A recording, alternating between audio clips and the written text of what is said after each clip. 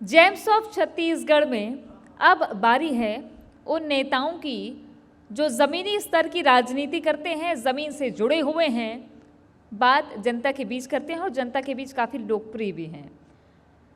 मैं जिक्र करूंगी सन्नी अग्रवाल जी का। मैं उन्हें मंच पर बुलाऊं उससे पहले आपको उनके सफ़र के बारे में बताते हैं, एक छोटी सी झलक सन्नी अग्रवाल के बारे में।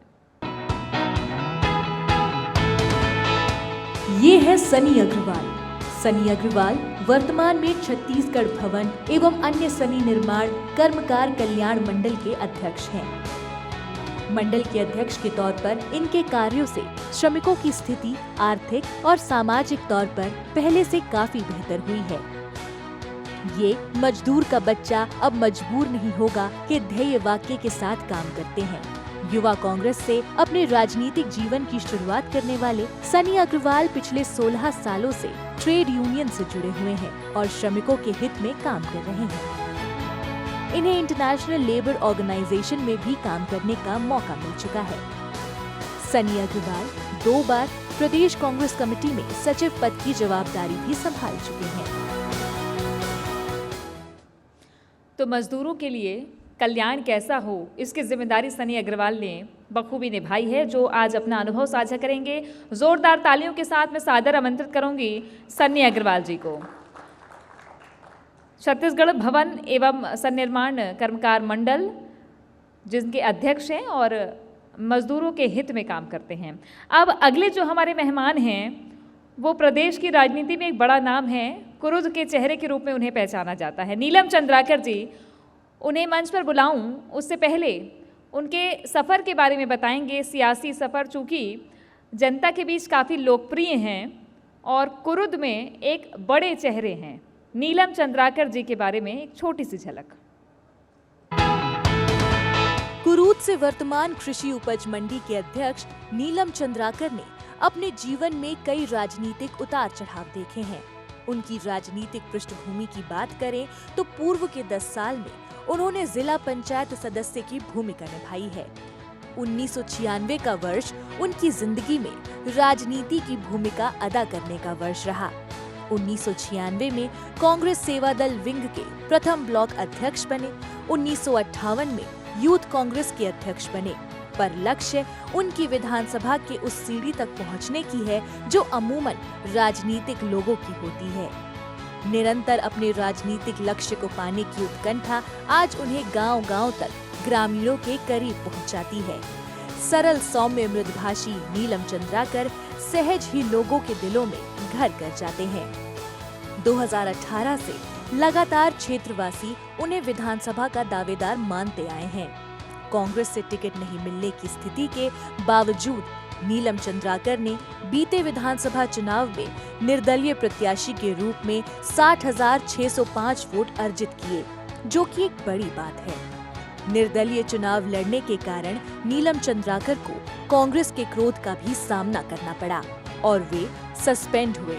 पर अब एक बार फिर कांग्रेस ने नीलम चंद्राकर पर और नीलम जी ने कांग्रेस का साथ देते हुए अपनी दमदार जोर आजमाइश और जीत का दम आगामी विधानसभा चुनाव के लिए भरा है। बहरहाल नीलम चंद्राकर की अर्धांगिनी भी उनके राजनीतिक जीवन की सहभागिनी बनकर कदम से कदम ताल मिलाकर उनके साथ चल रही हैं। पूर्व में लगातार मैं 10 साल से जिला पंचायत सदस्य भी रहा हूँ। बहुत संघर्षपूर्ण रहा। लगभग मेरा 25 साल का करियर राजनीति का, और अभी वर्तमान में मैं कांग्रेस में भी पुनः वापस आकर के जिला प्रवक्ता के रूप में और आदरणीय भूपेश बघेल जी के द्वारा मुझे कृषि उपज मंडी अध्यक्ष के यहाँ पर नियुक्ति की गई है। लोगों को अंतिम व्यक्ति तक शासन की योजनाओं को पहुँचाने का विशेष कार्य अभी किया जा रहा है। और जोरदार तालियों से स्वागत करिए नीलम चंद्राकर जी का, जो इस मंच पर बताएंगे कि आने वाले दिनों में उनकी राजनीति कैसे रहने वाली है और अपने राजनीतिक अनुभव भी साझा करेंगे। तालियों के साथ स्वागत है आपका मंच पर नीलम चंद्राकर जी। और इस सेशन को आगे बढ़ाने के लिए मैं अपने सहयोगी कीर्ति दीक्षित को भी बुलाना चाहूँगी। चर्चा होगी जेम्स ऑफ छत्तीसगढ़, चूँकि छत्तीसगढ़ के रत्न जो सियासत के आसरे भी लगातार जनता के बीच लोकप्रिय होते हैं और ये ऐसे रत्न बनते हैं जो विकास की धुरी साबित होते हैं। ऐसे में ये जो दो नेता हैं वो किस तरीके का एजेंडा लेकर चल रहे हैं, क्या काम करेंगे आगे जनता के लिए, क्योंकि आगे विधानसभा चुनाव भी है, तो ऐसे में सन्नी अग्रवाल जी या नीलम चंद्राकर जी किस तरीके से आगे बढ़ रहे हैं, इस पर चर्चा होगी। ओवर टू यू कीर्ति।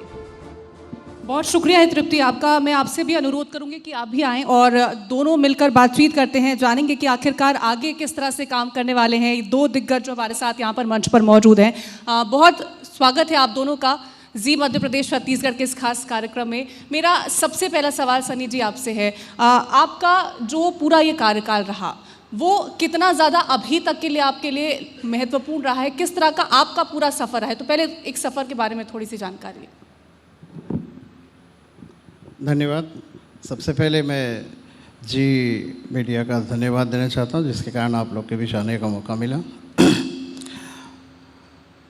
मैं युवक कांग्रेस से राजनीति का सफ़र चालू हुआ। वार्ड में बतौर वार्ड अध्यक्ष के रूप में शुरुआत किया था अपनी राजनीति, और बचपने में चुनाव होता था, घर से देखा करते थे, पार्षद के चुनाव हुआ करता था। उस समय राजकमल सिंघानिया साहब वार्ड का पार्षद चुनाव लड़ रहे थे मेरे घर से, क्षेत्र से। तो रुचि उसी समय से जाग गई थी, 7th क्लास का था उस समय। और फिर जब युवक कांग्रेस, जब युवा समय आया, 18 लगभग 18 वर्ष के टाइम में, तो युवक कांग्रेस का वार्ड अध्यक्ष के रूप में मुझे वार्ड अध्यक्ष बनाया, और ज़्यादा समय युवक कांग्रेस में नहीं दे पाया। और 4 वर्ष युवक कांग्रेस में काम करने के बाद मेरी रुचि शुरू से श्रमिकों के हित में, क्योंकि हम लोग जिस परिवार से आते हैं, हम जो छत्तीसगढ़ी हम लोग अग्रवाल हैं, पुरानी बस्ती से, और दाऊ कल्याण सिंह के वंशज, तो प्रदेश उपाध्यक्ष हो, प्रदेश अध्यक्ष हो, फिर उसके बाद राष्ट्रीय लेवल पे भी मैं जब सचिव रहा, महासचिव रहा, राष्ट्रीय उपाध्यक्ष रहा। फिर उसके बाद मुझे ILO में भी, इंटरनेशनल लेबर ऑर्गेनाइजेशन में, क्योंकि हम एक यूनियन खड़ा करते गए, 2 यूनियन बनाते गए, फिर धीरे धीरे फेडरेशन भी बना, अन्य राज्यों से कनेक्टिविटी बढ़ी, यूनियन धीरे धीरे हम 50 लोगों का यूनियन चलाते चलाते आज 30,35,000 श्रमिकों का यूनियन का मैं संरक्षक भी हूँ। और निश्चित तौर पर मैं अनऑर्गेनाइज सेक्टर में जो वर्कर्स हैं उनके बीच ज़्यादा कार्य करता हूँ, इसलिए सन्नी जी को सन्निर्माण का काम दिया गया है। धन्यवाद। नीलम चंद्राकर जी हमारे साथ में हैं। नीलम जी, 3 दशक से ज़्यादा का अनुभव आपको राजनीति का, धमतरी पे बड़े लोकप्रिय चेहरे हैं आप। इतनी मेहनत आप लगातार कर रहे हैं, जनता के बीच जाते हैं, परिवार भी आपका लगातार है, एक्टिव है। क्या चुनाव लड़ने वाले हैं क्या इस बार? नहीं, हमारी तो तैयारी हमेशा रहती है, लेकिन इस समय अब जो आदेश हमारे हाईकमान के द्वारा होगा उसके निर्णय के अनुसार ही आगे बढ़ेंगे। क्योंकि राजनीति जब से शुरुआत की, बचपन से देखे राजनीति, और हमारे परिवार में मेरे फादर भी वहाँ पर लगातार 15 साल कुरुद शहर के सरपंच रहे हैं और पार्षद भी रहे हैं। तो मैं बचपन से राजनीति देखा हूँ, लेकिन इच्छा बहुत होती थी कि मैं भी नेता बनूं, और इसलिए शुरू से रुचि रही। 96 में मैं सेवा दल का अध्यक्ष बना, 98 में यूथ कांग्रेस का अध्यक्ष बना। फिर परिस्थितियाँ ऐसी बनी कि 5-6 साल मैं काम में डेवलपमेंट में ज़्यादा फोकस किया। फिर 2007 के बाद मेरा विशेष फोकस लक्ष्य बना के चला कि मेरे को विधानसभा लड़ना है, और उस हिसाब से मैंने जितने विधानसभा के गांव हैं सभी गांवों में जा कर के कार्यकर्ताओं से मिलना, जो हमारे सीनियर मोस्ट हैं उनसे मिलना, और गांव के जितनी भी छोटी मोटी समस्याएं हैं, कुछ बातें हैं, उस पर विशेष रूप से फोकस करके थाना में, तहसीलों में, जनपद में, जहां भी जो भी समस्या उनका हल हो सके उसके लिए प्रयास करना। तो उसका एडवांटेज ये मिला कि सभी गाँव के लोग जानना चालू कर दिए और हर सुख दुख के कार्यों में मुझे बुलाना चालू किए। तो 2009 में मुझे कांग्रेस से जिला पंचायत का अधिकृत प्रत्याशी बनाया गया, दूसरे ब्लॉक से, जिस ब्लॉक में मैं रहता हूँ कुरुद में, उस ब्लॉक के छोड़ मगरलोक ब्लॉक में बनाया गया। तो वहाँ भी मैं 10,000 वोट से चुनाव जीता, फर्स्ट चुनाव था मेरा। उसके बाद 2014 में फिर वापस कुरुद क्षेत्र से जिला पंचायत का फिर मेरे को अधिकृत प्रत्याशी बनाए, तो उस समय 11,000 वोट से चुनाव जीता। तो लोग कंटिन्यू लोगों से जनसंपर्क है, तो ये एक अपनी पहचान एक बनी है और लोगों के बीच प्रेम संबंध है, आत्मीयता है। बिल्कुल, नेता वही होता है जिसकी पहचान लोगों के बीच होनी चाहिए। भले नेता को सामने से न देखे, लेकिन पीछे से देख के पता चल जाना चाहिए कि आखिरकार कौन जा रहा है। मेरा सवाल आपसे है सनी जी, आपने श्रमिकों की बात करी, सरकार ने आपको बहुत बड़ी जिम्मेदारी दी है। अभी तक आपने मजदूरों के लिए, श्रमिकों के लिए क्या काम किया है? निश्चित तौर पर हमारी जब सरकार आई है तब से लेकर आज तक माननीय मुख्यमंत्री जी ने श्रमिकों के हित के लिए जन्म से लेकर मृत्यु तक की योजनाएं संचालित होती इस विभाग में, चाहे वो नोनी सशक्तिकरण योजना हो, जब हमारे श्रमिक की जो बच्चियाँ हैं, बहनें हैं, डिलीवरी के बाद 20-20 हज़ार रुपये दिया जाता है, और प्रथम 2 बच्चियों को उसी हिसाब से फिर नोनी मिनी माता मातारी जतन योजना जिसके बारे में बताया, उसके बाद नोनी सशक्तिकरण योजना है जिसमें हम बच्चियों के पढ़ाई के लिए प्रथम 2 बच्चियों को, क्योंकि इसमें जितनी भी योजनाएं हैं माननीय मुख्यमंत्री जी का एम है कि ज़्यादा से ज़्यादा महिला सशक्तिकरण को, लगभग आधे से ज़्यादा योजनाएं महिलाओं और हमारी जो बहनें हैं उनके लिए संचालित होती है, और उसी प्रकार से उनकी पढ़ाई के लिए 20-20 हज़ार रुपये दिया जाता है।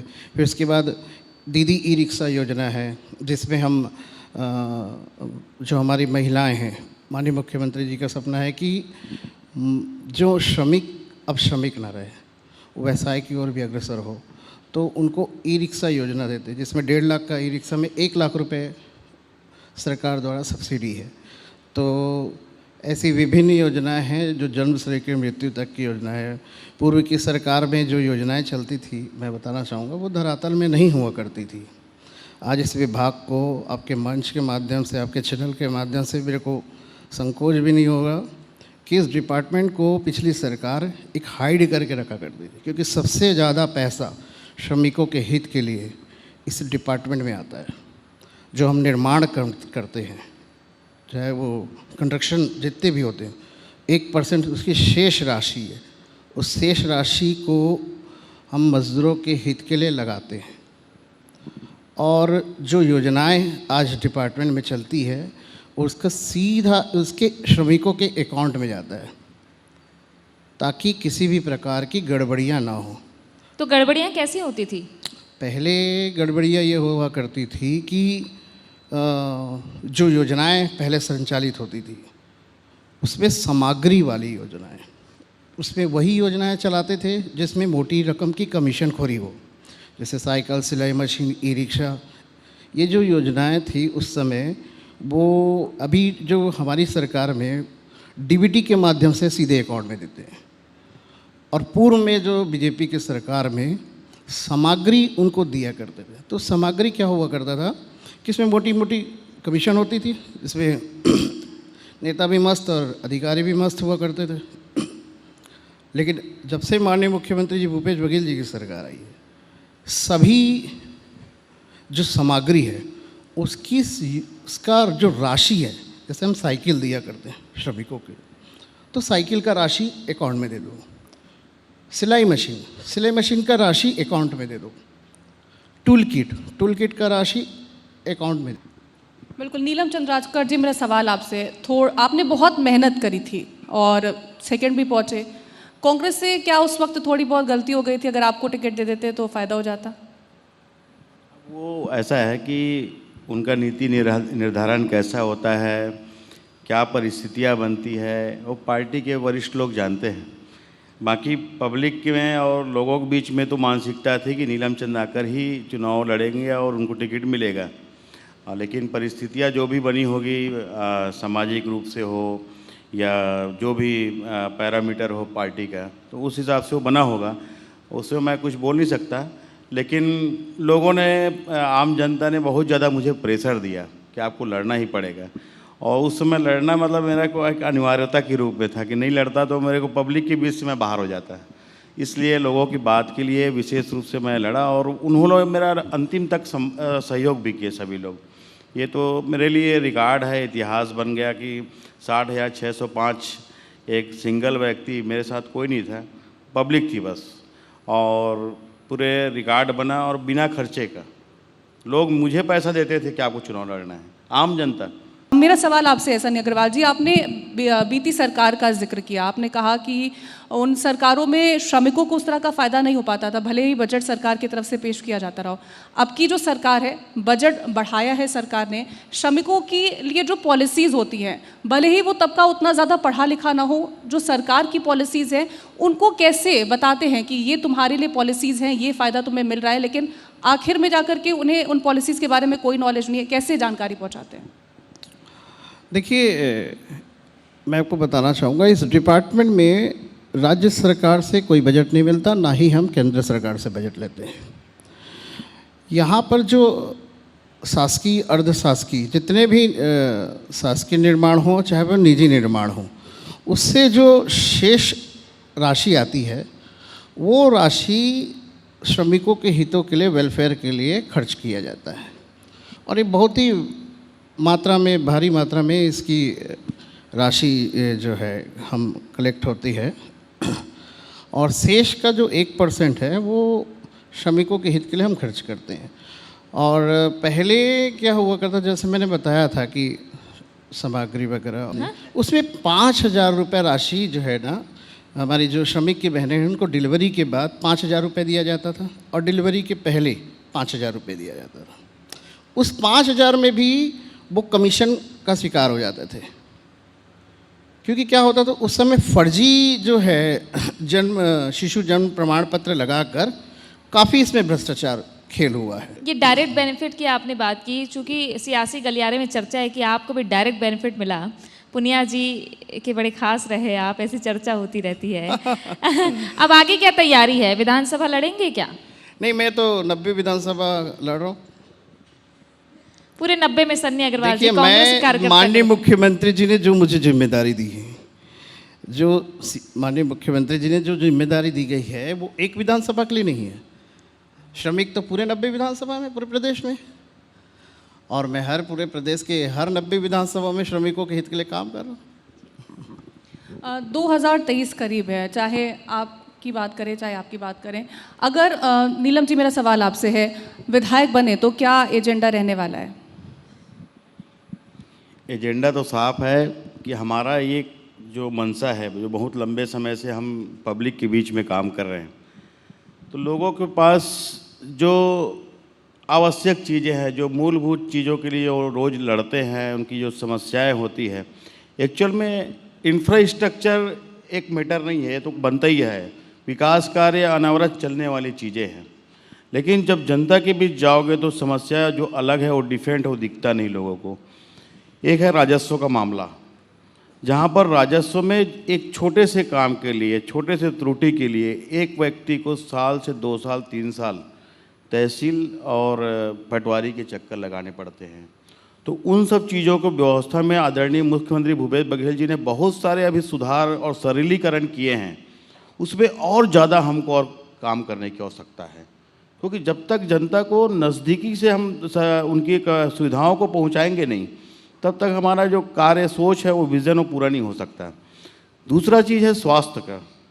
स्वास्थ्य एक बड़ा मैटर है, क्योंकि आजकल जैसे एक्सीडेंट केस हो गया, बीमारी हो गया, लोग क्या है भावनात्मक रूप से रहते हैं, बहुत जल्दी कोई भी हॉस्पिटल में ले जाएंगे।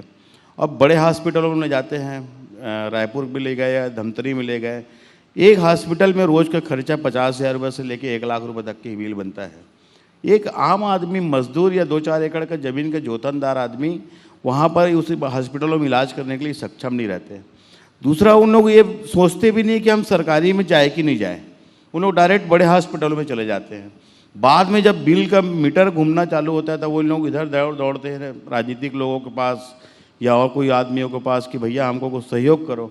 तब पता चलता है उनका 15 लाख 10 लाख का बिल बन गया, 5 लाख का बिल बन गया, तब तक वो कर्जे में लग जाते हैं।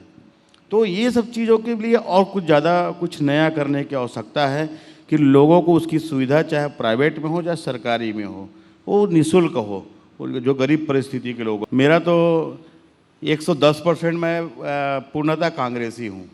एक, जब मैं चुनाव भी लड़ा, आपको मज़े की बात, उसके वीडियो आइडियो बहुत सारे होंगे, तो मैं चुनाव में भाषणों में भी बोलता था कि हमको कांग्रेस के खिलाफ नहीं लड़ रहा हूँ, हम लोग चुनाव लड़ रहे हैं और चुनाव जीतेंगे और हम कांग्रेस के साथ जाएंगे, और नहीं भी लेंगे फिर भी हम समर्थन करेंगे अगर मैं विधायक बन गया तो।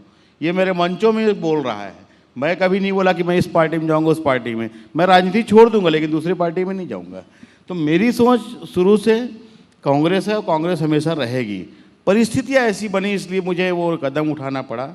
दूसरी बात ये कि आने वाला समय 2023 में मैंने तो अपना जो परीक्षा दिलाना था जैसे भी दिला लिया, और परीक्षा को सभी लोग पास रिकॉर्डेड है, ऐसा नहीं कि मैंने बोला है, सरकारी रिकॉर्डों में आ चुका है 60,605, और मैंने उसके बाद हारा हूँ, दूसरे दिन से जनता के बीच फिर से जाना चालू कर दिया हूँ।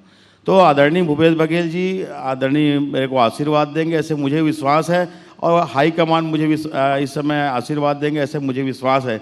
बाकी जो उनका आदेश रहेगा वो आदेश मेरे लिए सर्वमान्य रहेगा। बिल्कुल, जनता का जो आदेश होगा वो भी सर्वमान्य होगा और सरकार का जो आदेश होगा वो भी सर्वमान्य होगा। नीलम चंद्राकर जी, आपका हमारे साथ जुड़ने के लिए, बातचीत करने के लिए बहुत शुक्रिया। धन्यवाद। सुशील जी, आपका भी हमारे साथ बातचीत करने के लिए बहुत शुक्रिया। तो ये दोनों नेता हैं जो प्रदेश की राजनीति में उभरते हुए चेहरे हैं, सन्नी अग्रवाल जी और नीलम चंद्राकर जी, जो लंबे अरसे से राजनीति करते आ रहे हैं। 22 साल का अनुभव सन्नी जी का भी हो गया है, और ये जेम्स ऑफ छत्तीसगढ़ हैं, इसलिए इनका सम्मान हम करने जा रहे हैं। मैं आदर के साथ बुलाना चाहूँगी जी मध्य प्रदेश छत्तीसगढ़ के एडिटर मोहित सिन्हा जी को, वे आएँ और इन दोनों ही जनप्रतिनिधियों को सम्मानित करें। जेम्स ऑफ छत्तीसगढ़, ऐसे रत्न जो सियासत में खूब चमक रहे हैं, और आने वाले दिनों में छत्तीसगढ़ में विधानसभा के चुनाव होने हैं, तो ये दो चेहरे जनता को याद हो गए होंगे, क्योंकि इनका सियासी सफ़र आज हमने जाना। सन्नी अग्रवाल जी मजदूरों के लिए किस तरीके से काम कर रहे हैं और मजदूरों के बीच कैसे जा रहे हैं, अब पुरानी बस्ती के पुराने नेताओं में शुमार हैं, तो आगे किस तरीके से उन्हें जनता आशीर्वाद देगी। हालांकि वो नहीं कह रहे हैं, 90 विधानसभा का टारगेट उनका है। अब नीलम चंद्राकर जी का जिक्र कर लें तो नीलम चंद्राकर जी धमतरी के बड़े चेहरे हैं। इस बार कांग्रेस पार्टी का साथ मिल जाए तो कुरुद की जनता उन्हें 60 नहीं, आने वाले कई हजार वोटों से जिताएगी, ऐसा उनका दावा है।